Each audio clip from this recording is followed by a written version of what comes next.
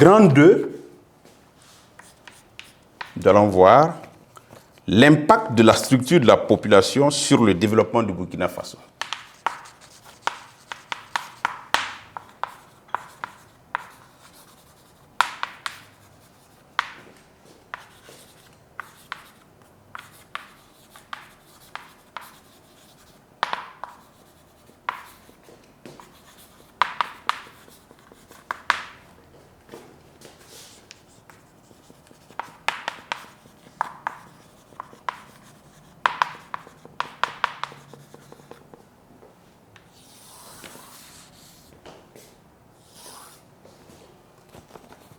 Alors, à ce niveau, quand on parle de structure de la population, il faut entendre par composition de la population en termes d'âge, en termes de sexe. Voilà, c'est un peu ça ici. Donc, nous allons voir, par exemple, en petit 1, l'impact de la structure par âge. OK. Petit 1, l'impact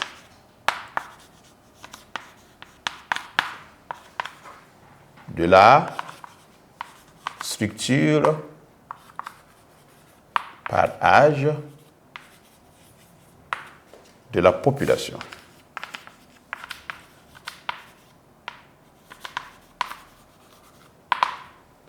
Donc, c'est pour dire quoi?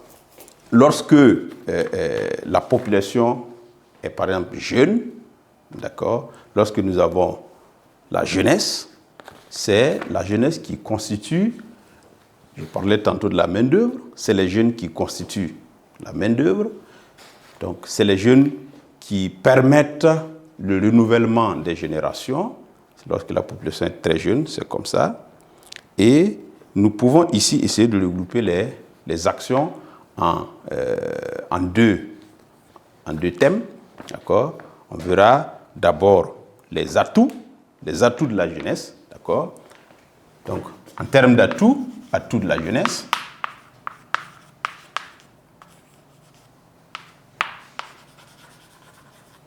atouts de la jeunesse d'une population.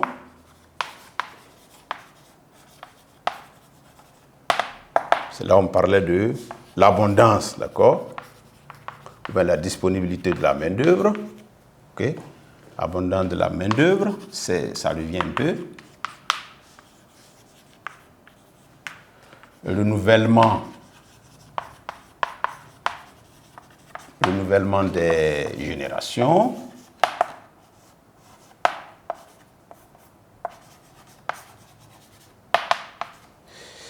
Nous avons également l'ouverture aux innovations. Ce sont les jeunes qui aiment les innovations, d'accord? Ouverture aux innovations.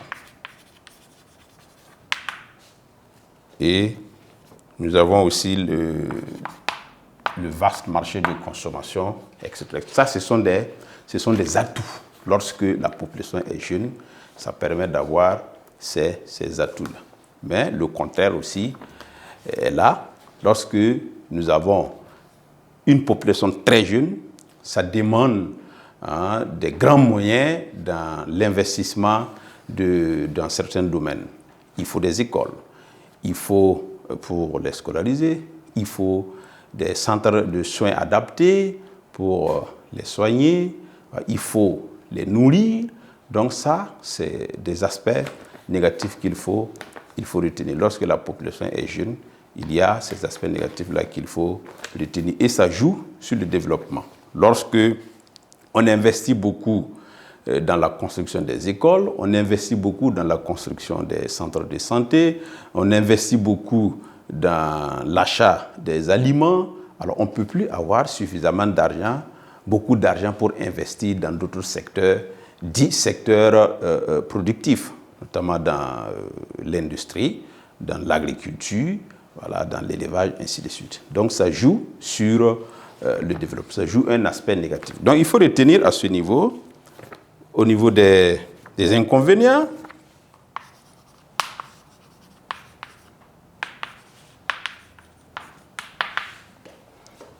qu'il y a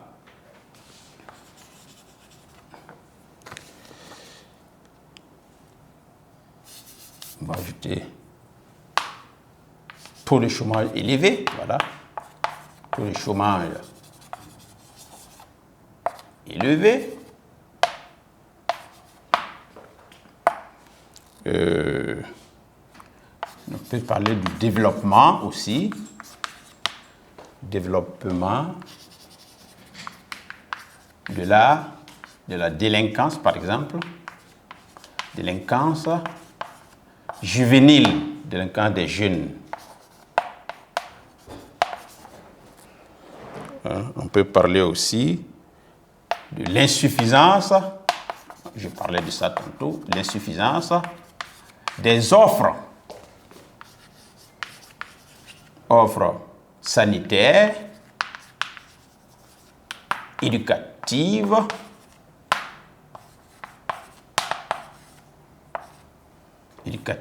etc.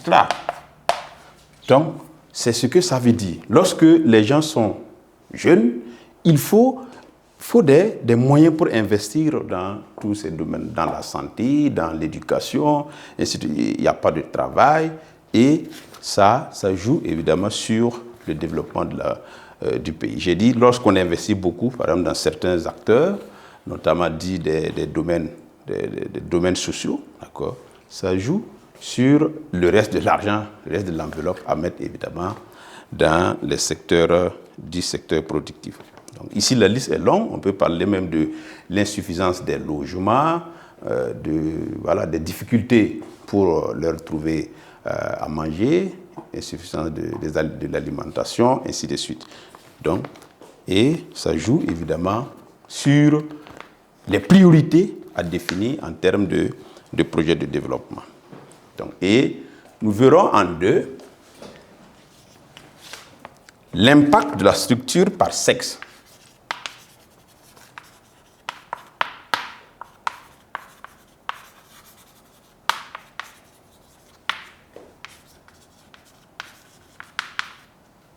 Donc, ici, il faut noter que quand on parle de la structure par sexe de la population, c'est en termes de genre. Voilà. Femmes, et je dis, impact de la structure par sexe, oui, en termes de genre, femmes et hommes. Est-ce que s'il y a beaucoup de femmes, est-ce que ça joue sur le développement, ou bien c'est lorsqu'il y a beaucoup d'hommes que ça joue sur le développement? Donc, il faut noter que les principaux atouts de la structure par sexe, c'est l'importance des femmes, évidemment, dans une population, peut impulser le développement, parce que les femmes sont régulièrement, elles sont permanemment en train de mener des petites activités commerciales, voilà, et qui peuvent évidemment impulser quelque chose dans le développement. D'accord? Et il y a aussi ça favorise l'augmentation de la population lorsqu'il y a des femmes. Donc, et c'est vice-versa avec les hommes. Donc, il faut retenir ici que les principaux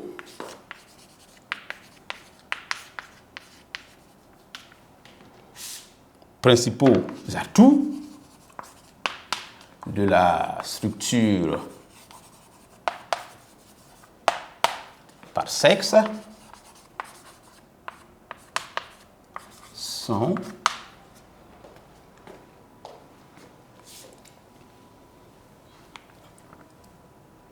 les femmes, sont que les femmes favorisent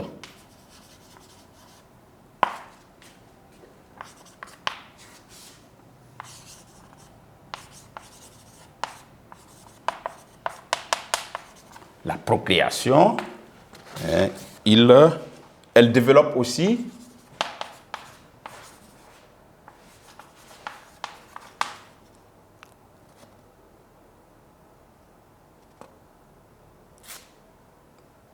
favorise le développement. Voilà. Favorise le développement de certaines activités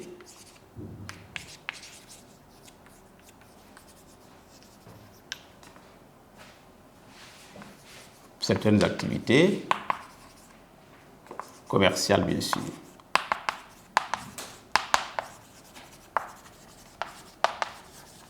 Etc.